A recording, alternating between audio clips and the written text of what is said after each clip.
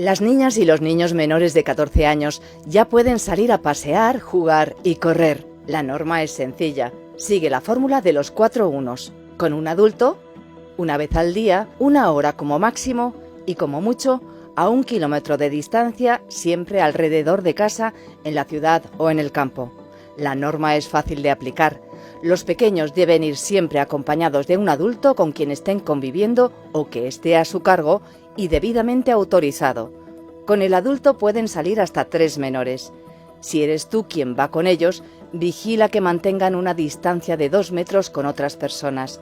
No deben jugar con otros niños y niñas, y tampoco con mayores.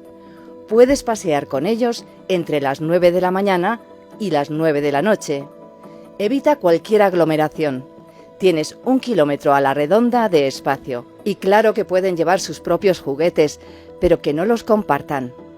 No hay que ir a los espacios comunes de juego como toboganes o columpios.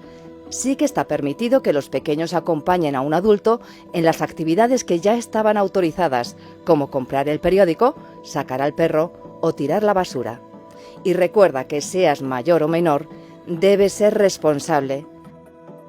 Lávate las manos con frecuencia. Evita tocarte ojos, nariz y boca.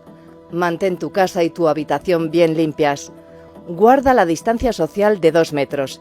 Si esto no es posible, utiliza mascarillas higiénicas. Y por último, lo más importante, quédate en casa y no salgas si tienes síntomas o estás en cuarentena. Sigue siempre las recomendaciones de las autoridades sanitarias y si vas de paseo, sigue también la fórmula de los 4 unos. Este virus lo paramos unidos.